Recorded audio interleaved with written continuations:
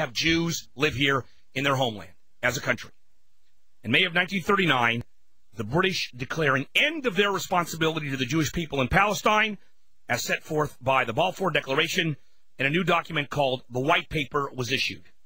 And it stipulated establishing a Palestinian state in 10 years, the establishment of an Arab government to run the state, future land sales by Arabs would be severely restricted, and the control of Jewish immigration would be completely under Arab control. Well, the reaction from the Arabs was mixed, and of course the Jews completely rejected it. The Jews were so much against this policy that when World War II broke out, Ben-Gurion, the architect of the Jewish development in Palestine, said, quote, "We shall fight the war against Hitler as if there were no white paper. We shall fight the white paper as if there were no Hitler." And then something interesting happened. In May of 1940, Italy enters the war. Now, the British government knows that this means the global conflict is getting closer to their interest in the Middle East. Churchill needs to make peace with the Arabs, so he begins to implement the white paper policy of restricting Jewish immigrants into Palestine. And this came at a time when Jews are desperately trying to get out of Europe. And the Brits stop the Jews from coming into Palestine. The tensions between the Brits and the Jews boil over in 1942 when a boatload of Jewish refugees denied entry into Palestine. The ship goes out to sea again. It sinks, leaving only 2 survivors. This really pisses off the Jews. One person was so enraged, he took it upon himself to create an underground Jewish force to kick the British out of Palestine.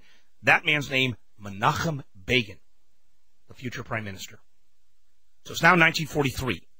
The news is spreading around that Jews throughout Europe are being prosecuted by the Nazis. The Jewish underground in Palestine are attacking British forces because they want to open up Jewish immigration.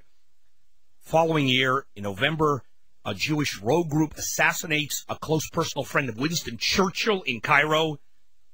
And now the Brits are far, far away from the Jews. Now 44. The news that the Holocaust is now worldwide. 6 million Jews have perished. As a consequence, Zionism begins to take a deep, fervent root with Jews all over the world.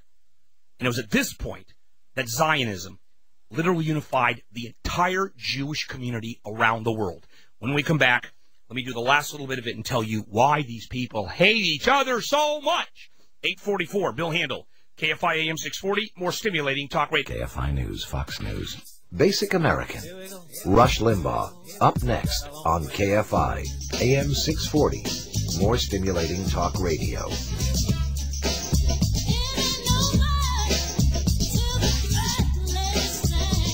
851 KFI AM 640, more stimulating talk radio. Bill Handel, a few minutes before Rush Limbaugh. I'm telling you the history of the Israeli-Palestinian conflict, basically from the time of King David, 3250 BC. It's only been going on for that long. So the British literally control this area of Palestine right up to World War II. They take it over at the beginning of World War I and hang on it to World War II. And when World War II ended, the British encountered another problem. Hundreds of thousands of Holocaust survivors are in camps all over Europe, all of them demanding to be allowed to settle into Palestine. And leaders throughout the world, including President Truman, pressure Britain to loosen up its immigration restrictions. Because remember, the Brits, because of their interest in their oil, are not helping the Jews. They're helping the Arabs. So in February of 47, the Brits go to the United Nations for help in deciding what to do with Palestine. A few months later, a special UN committee is set up to assess the situation. In August, the committee recommends the following: separate Palestine into several Jewish and Arab areas, establish Jerusalem as an international area, and economically tie in all three. November 29, 1947, the proposed UN resolution was adopted. The Jews agreed to the principle of dividing up the countries. The Arabs said, not a chance. There will be no Jews living here with a homeland. Now, the area is heavily populated by Jews who are being attacked by Arabs. A lot of terrorism is going on. Truman, on the advice of the State Department, reverses his position on Palestine and agrees to delay the partition. The British are fed up with the Jews attacking them because they're setting up, because they're helping the Arabs. So the Brits are being attacked like crazy. Menachem Begin blows up the King David Hotel, British headquarters. Meanwhile, underground Jewish groups are creating a communication network. And around this time, Chaim Weizmann, leader of the Zionist movement, is able to convince President Truman to change his position and support the Jews. And on May 14, 1948, the Jews declare the establishment of the State of Israel. The next day, Britain renounces its mandate over Palestine, hands everything over it is to the Arabs. The U.S. recognizes Israel. The Soviet Union follows suit. Dozens of other countries. A year later, Israel becomes a member of the UN. Arabs, not being pleased, immediately attack this tiny little country of Israel. All the Arab countries around. They didn't know what they were getting into. The Jews beat them and created the State of Israel. Jerusalem was split in two. The old city belonged to the Arabs. The new city belonged to Jews. The Arabs settled in two areas along the West Bank, Jordan, and the Gaza Strip. And that's the way it was until 1967, when Nasser, the leader of Egypt, decided he was going to screw with the Jews again. And blocks off the Strait of Aqaba through the Suez, blocking off what the Jews need in terms of getting goods through. They declare that's a declaration of war. The Jews preemptively attack all the Arab countries.